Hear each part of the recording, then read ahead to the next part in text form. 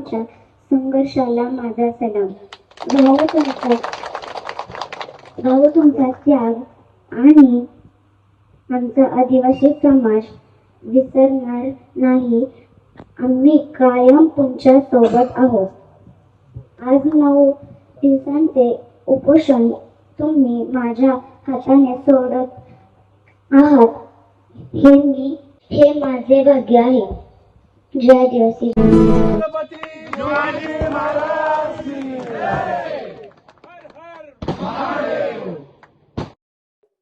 आणि संपूर्ण जिल्हा तालुक्यातील नागरिक यांचा लढा चालू होता आणि लढ्याचं नेतृत्व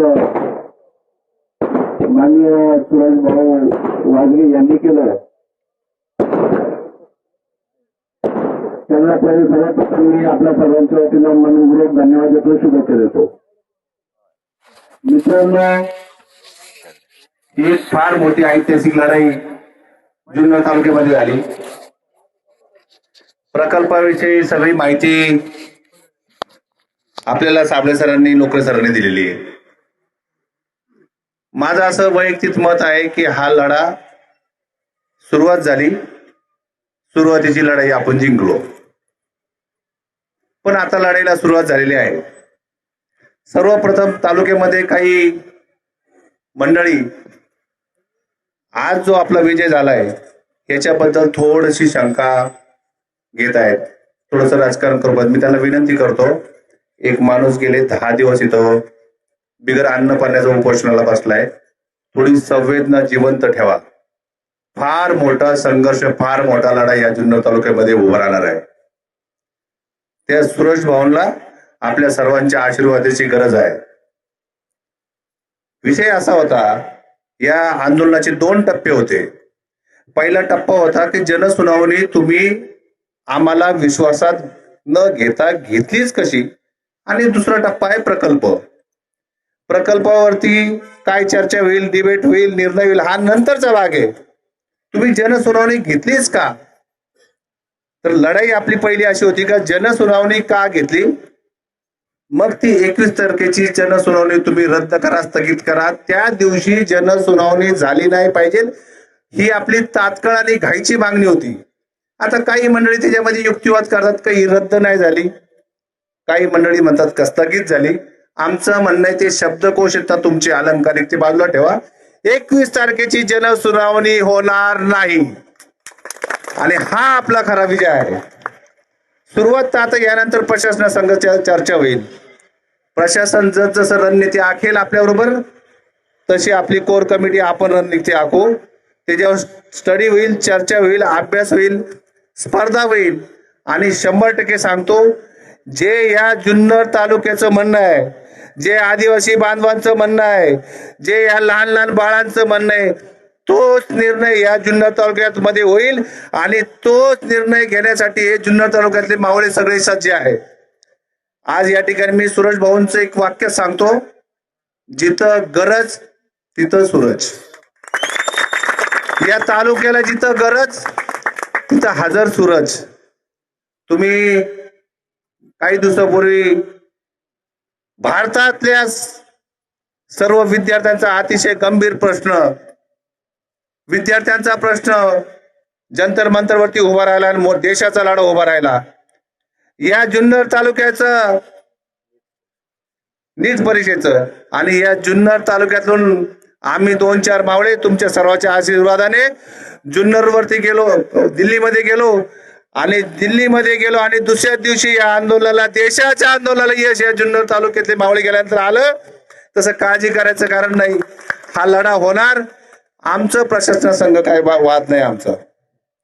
आम्ही मुद्दामून हा विषय फक्त अदानीच्या विरुद्ध घेतला. अदानी हे एक निमित्त आहे. सरकारने जर परवानगी दिली तरच हा लढा, तरच हा प्रकल्प होईल. त्यामुळं मी सरकारला या ठिकाणी जुन्नर तालुक्याच्या निर्वाणीचा इशारा देतो. देवराव लांडे साहेब, आपण मुद्दाम सरकारच्या विरोधात गेलो नाही, कारण की आपला हा विषय ताणायचा नव्हता, म्हणून आम्ही जास्त सरकारला टार्गेट होतो. जसं सरकार आमच्याबरोबर रणनीती करते तशी आम्ही रणनीती आखली का हा लढा आपण आदानीच्या अंगावर घेऊन जायचा. पण सरकारला टच नाही, कारण की आपला संघर्ष नाही करायचा, कारण की आपली सुरुवात विजयाने झाली पाहिजे. पण सरकारला या ठिकाणी इशारा देतो, या स्थानिक नागरिकांबरोबर चर्चा करा. चर्चा केल्यानंतर ही जुन्नरची जनता ठरवेल का हा प्रकल्प आणायचा का नाही. त्यामुळं मी सर्व या जुन्नर तालुक्यातले सगळे माझे आदिवासी बांधव या आंदोलनाचं नेतृत्व करणारे, आणि नेतृत्व आताच नाही सुरेश भाऊ, हे नेतृत्व आपल्याला शेवटपर्यंत तुम्हाला बरोबर घेऊन करायचं आहे. या सगळ्यांचं, त्याचप्रमाणे जुन्नर तालुक्यातल्या सगळ्या नागरिकांचं या आंदोलनामध्ये ज्या ज्या राजकीय पक्षातल्या नेत्यांनी ज्यांनी ज्यांनी आम्हाला सहकार्य केलं त्याच्यामध्ये प्रामुख्याने उल्लेख करेल उद्धवजी ठाकरे साहेब. कदाचित आपल्याला कोणाला माहित नसेल, उद्धवजी ठाकरे साहेबांकडे हा विषय गेला.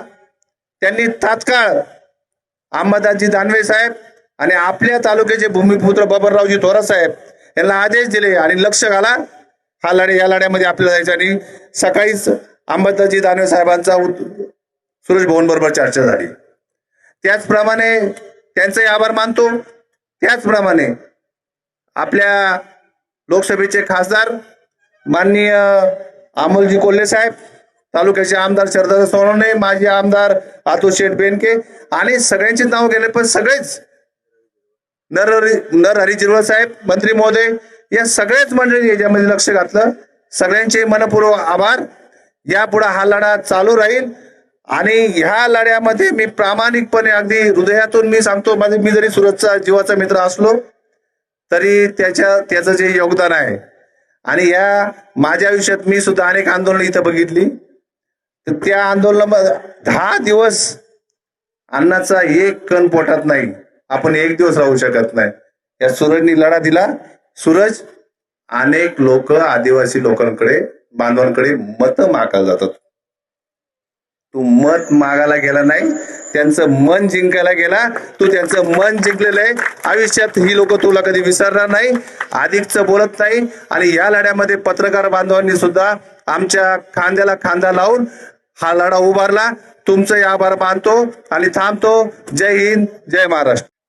आज खरं तर 10 दिवस झाले या ठिकाणी छत्रपती शिवरायांचा एक मावळा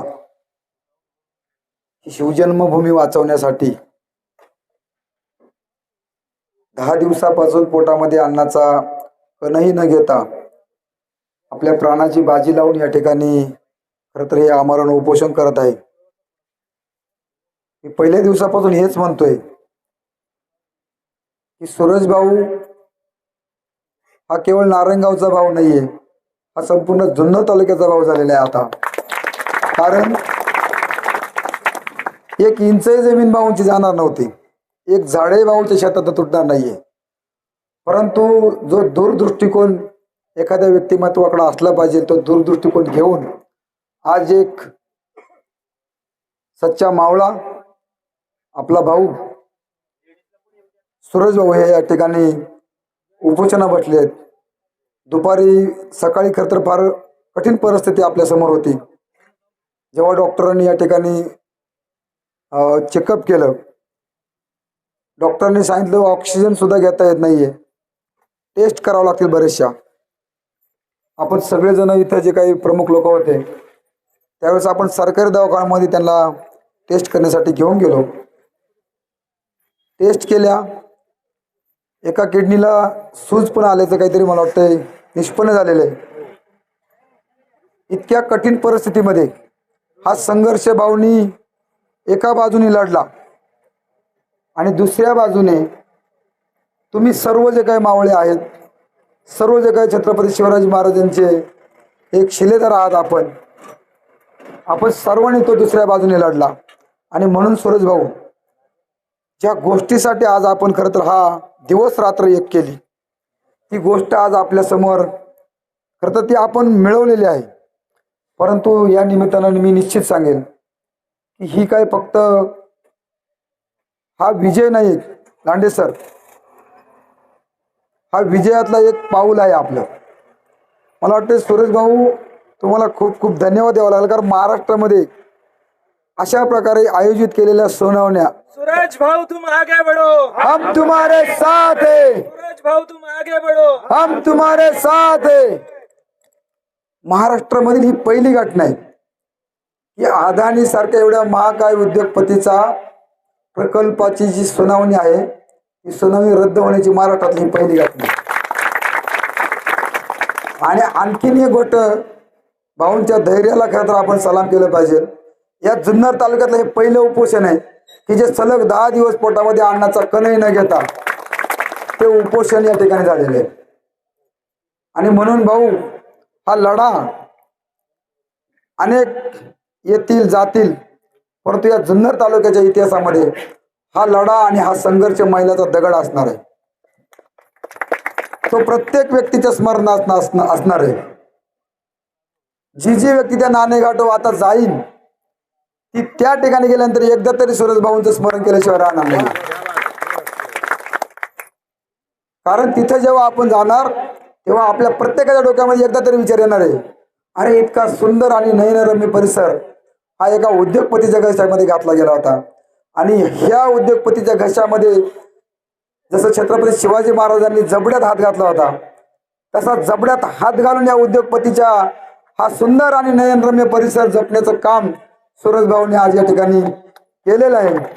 भाऊ, मला असं वाटतंय की आपण सर्वजण तुमच्या निमित्ताने फार चांगल्या गोष्टी घडल्या आहेत. म्हणजे आमच्यासारख्या सर्वसामान्य तरुणांची तर जुन्नरच्या या खालच्या विषयीच्या पलीकडे कुणाची ओळख पण नव्हती. पण आज सुरेश भाऊंच्या या उपोषणाच्या निमित्तानं अनेक जीवभावाची नाती जोडली गेली आहेत.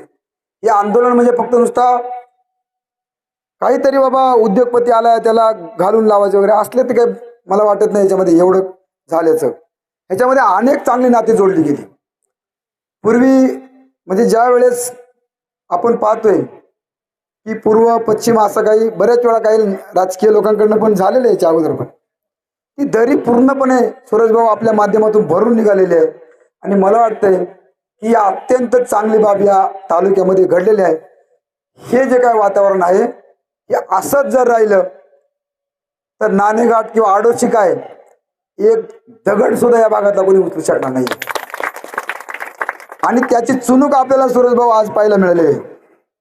अहो, जो कलेक्टर आपल्याशी चर्चा करत होता, बोलत नव्हता, त्याने नाक घासून आज पत्र काढले की मी सुनावणी रद्द करतोय. म्हणजे हे आपल्या सर्वांची ताकद आहे, एकीचं बळ आहे सुरेश भाऊ. विशेष करून मी सर्व पूर्व भागातील आणि पश्चिम भागातील देखील ज्या सगळ्या ग्रामपंचायत आहेत, सर्व सरपंच आहेत, सर्व सदस्य आहेत, विविध जे काय पदाधिकारी आहेत, या सर्वांचं मनापासून मी खरं तर धन्यवाद मानतो. कारण तुम्ही ज्या वेळेस मनावर घेतलं त्यावेळेस गावागावातून नागरिक बाहेर पडू लागले, गावागावातून तरुण तरुणी बाहेर पडू लागल्या, महिला भगिनी बाहेर पडू लागल्या. आणि तुमच्या या सहकार्यातून इथं दर दिवसाला कमीत कमी 100-500 लोक येऊन जायचे. कारण मी स्वतः इथं असायचो प्रत्येक दिवशी. आणि मला असं वाटतं की इतका मोठा प्रतिसाद लाभलेलं हे पहिलं आंदोलन आहे. अनेक आंदोलन मी पाहिलेत. मी जवळजवळ 14-15 वर्ष चळवळीमध्ये सुरेशभाऊ काम केलेले. इतका मोठा प्रतिसाद आणि इतका मोठा लोकांचा सहभाग असलेलं हे आंदोलन आहे. आणि जेव्हा लोकांचा सहभाग असतो त्यावेळेस कुठलाही लढा अशक्य नसतोय. आपण वहीवरती जेव्हा रजिस्टरवरती नोंद करतो, आजपर्यंत या 9 दिवसात 6,500 लोकांनी नोंद केलेली आहे. आता ज्या लोकांनी सही केली नाहीत त्यांचा तर अजून वेगळा आकडा आहे. परंतु निश्चितच तुम्हा सर्वांचं मी मनापासून या ठिकाणी धन्यवाद मानतो. जी संघर्ष समिती आहे त्या संघर्ष समितीच्या सुद्धा खरं तर पदाधिकाऱ्यांचं मला मनापासून धन्यवाद मानायचं आहे. कारण जो टेक्निकल बाब असते म्हणजे एखाद्या लढ्याचा, त्या लढ्याच्या सगळ्या पार्श्वभूम्या, त्याचा व्यवस्थित अभ्यास करणे, कायद्याचा अभ्यास करणे, ती भाषा प्रशासनाला परत समजून सांगणे, आपलं मत प्रशासनाच्या खरं तर मस्तकामध्ये घालणं, या सगळ्या गोष्टी आपण दिसतात तितक्या सोप्या नाहीये. कारण मी इथे येऊन लांबलचक भाषण ठोकणं हा खरं तर माझ्या कौशल्याचा भाग आहे. परंतु टेक्निकल बाबी एखाद्या माणसाला समजून सांगणं आणि त्याच्या त्या गळी उतरवणं हा फारच खरं तर किचकट भाग असतो. तो भाग या सगळ्या समितीतील सर्वच सदस्यांनी खरं तर सांभाळली. सोशल मीडिया बरेच जणांनी सांभाळला. आणि ज्यांच्यामुळे हे आंदोलन महाराष्ट्रात गेलं, इथे सर्व पत्रकार बांधव आहेत, तुम्हाला सलाम करतो. आपण न्यायाची बाजू लावून धरली. आपण या ठिकाणी न्यायाच्या बाजूने खंबीर उभे राहिला, शिवजन्मभूमीच्या बाजूने आपण उभा राहिला. आणि म्हणून हा लढा महाराष्ट्रापर्यंत नाही दिल्लीपर्यंत पोहोचलेला आहे. म्हणून तर त्याची आज दखल घ्यावी लागलेली आहे. आता आणखीन पुढे आपल्याला जायचंय. थोड्या दिवसात सुरेश भाऊ आपण एक चांगला मोठा मेळावा घेणार आहोत. त्या मेळाव्यामध्ये आपली भूमिका आपल्या उपस्थितीमध्ये आपण खरं तर ते लोकांसमोर घेऊन जाणार आहोत. आणि म्हणून जास्त न बोलता उशीर पण झालेला आहे. मी सर्वांचं पुन्हा एकदा मनापासून आभार मानतो. आपण सर्वजण सातत्याने या आंदोलनामध्ये येऊन या आंदोलनाची ताकद वाढवली, त्याबद्दल तुम्हाला सर्वांना मी एकदा मनापासून धन्यवाद देतो आणि या ठिकाणी थांबतो. यानंतर आपले किरण जे लोकरे सर आहेत, एक 2च मिनिटं बोलतील आणि सूरज भाऊ बोलतील. या ताई खरं तर या ठिकाणी त्यांच्या हातून भाऊंचं उपोषण आपण सोडणार आहोत. मी किरण सरांना विनंती करतो.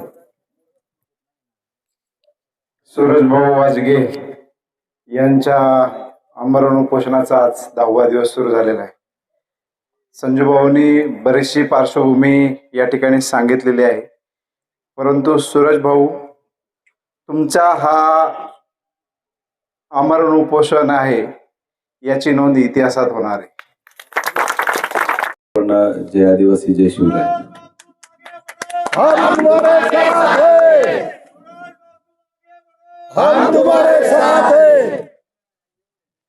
सगळ्या उपस्थित आमच्या माता भगिनी, सगळे आदिवासी बांधव, सगळे उपस्थित मान्यवर, तुम्ही जेवलेत का सगळ्या? बरं, यांना वाजले की आता 1 वाजले असतील ना? 2 वाजले. दिवाळ्याचे या दिवशीचे जास्त वेळ घेणार नाही. देवाराम शेट्टीवर बरंच मोठं भाषण केलं आता. तर ही जी सुरुवात झाली ती केवळ तुमच्याकडे पाहून झाली. मी लहानपणापासून मागच्या पण एका माझ्या प्रतिक्रिया उल्लेख केला होता. लहानपणापासून माझ्या आदिवासी बांधव मित्र आहेत, बहुजन समाजाचे मित्र आहेत. एकमेकाच्या डब्यात आम्ही त्यांची भाकर खाल्ली. त्या भाकरीची जाण मी कधी विसरू शकतो. मला बरेच जण म्हणले आदिवासी बिगर आदिवासी युवा कार्यकर्ते आंदोलन करतो. मला असं वाटतं सगळं आपण सोडून द्यायला पाहिजे. कसं काय आलंय जातपात? आज आपल्या तालुक्यावर वेळ आहे, आज आपल्या लोकांवर वेळ आहे. मग अजूनही आपण त्यांच्या मागोबं राहायचं, कधी राहायचं? मला अभिमान वाटतो आमच्या सगळ्या सुज्ञ तरुण सहकार्याचा. Kiran Lokare sir, Sanjay Sable sir, doctor Ashok Waghmare, अशी पिढी खरं घडली पाहिजे की शिक्षणाचं आदिवासी बांधवांमध्ये शिक्षण तुम्ही रुजवा. शिक्षण हे वाघिणीचं दूध आहे. वाघिणीचं दूध काय असतं ना शिक्षण, त्या दिवशी आपल्या सगळ्या तरुणांनी दाखवून दिलं. म्हणून अधिकाऱ्यांनी आजनावळेला बैठकीतून फळ काढला. त्याचं कारण एक शिक्षण. माझ्या सगळ्या तरुण बांधवांनो, शिक्षणाकडे कधी दुर्लक्ष करू नका. कधी काय शिक्षणासाठी मदत लागली तर मला सांगायचं. आमच्या मायबावडी बसल्या. त्या दिवशी एरडीला मी आलो होतो एका माऊलीची लाईट बसवायला. बिचारी 20 वर्ष अंधारात होती. मला सांगितलं की साधा लाईटचा बल्ब नाही पाहिला बाळासाहेब. आणि ज्यावेळेस आम्ही ते लाईट घेऊन गेलो, किती आनंद असावा. आणि त्याच परिसरात हा जो आदरणीय उद्योगपती होते, एकीकडे आमच्या आदिवासी कुटुंबांना नाही, एकीकडे महाकाय उद्योगपती होते. संतोष तुमच्या पण गावात आलो होतो, तिथं पण आपण त्या बाबांना लाईट बसून दिली होती. अशा अनेक खरं तर हे मला नाही वाटते कुठले राजकीय किंवा काय काय. संतोष तुझ्या मुलाचा ऍक्सिडेंट झाला, कुठं तुम्ही? हे सगळं प्रेमाचं नाते, ऋणानुबंध आहे आपलं. आणि मला असं वाटतं इथं जे आंदोलन स्थळ आहे ना, मला वाटतच नाही 10 दिवसाचे आंदोलन स्थळ आहे. मला असं वाटतं माझं घरच झालंय आणि आपलं घरच आहे. सगळी जीवाभावाची माणसं जोडली गेली आणि अनेक गावच्या पेसा क्षेत्रातील असतील, इकडे पूर्व भागातील असतील, अनेक ग्रामपंचायतीतील